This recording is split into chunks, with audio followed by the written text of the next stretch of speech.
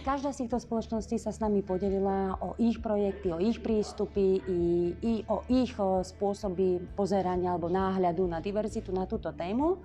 Musím povedať, že veľa z týchto vecí si odnesiem aj k nám, do našej spoločnosti. Naša spoločnosť je spoločnosť, ktorá pôsobí v regióne, kde žije veľké množstvo sociálne znevýhodnených občanov. Musím povedať, že v súčasnej dobe veľa z nich zamestnávame, sú našimi kolegami, sú to veľmi šikovní kolegovia.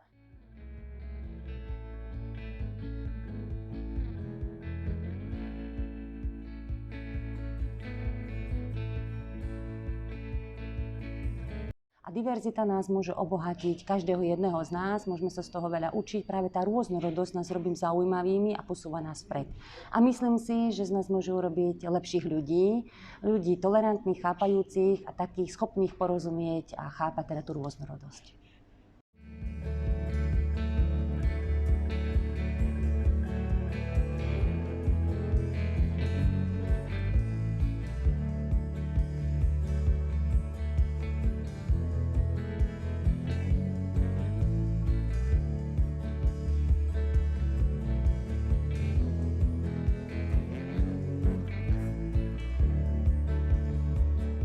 Sám som Róm a mám k nim vzťah a chcem ukázať spoločnosti, majorite, že aj rómski pracovníci sú odborníci, sú spoľahliví a plnia si svoje povinnosti tak, ako sa patrí.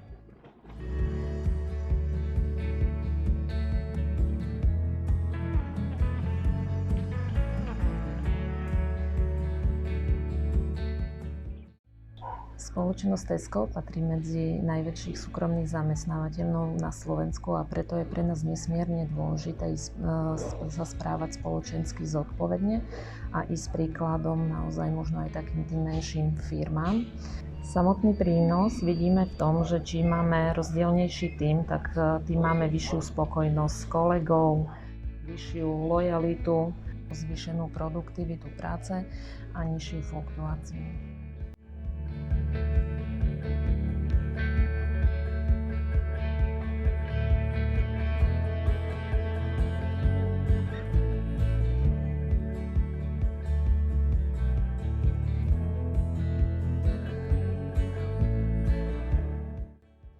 Nórsko je veľmi inšpiratívna krajina z hľadiska inklúzie a diverzity a ja osobne si odnášam veľa zaujímavých projektov a stratégií, ktoré určite využijeme v praxi na Slovensku.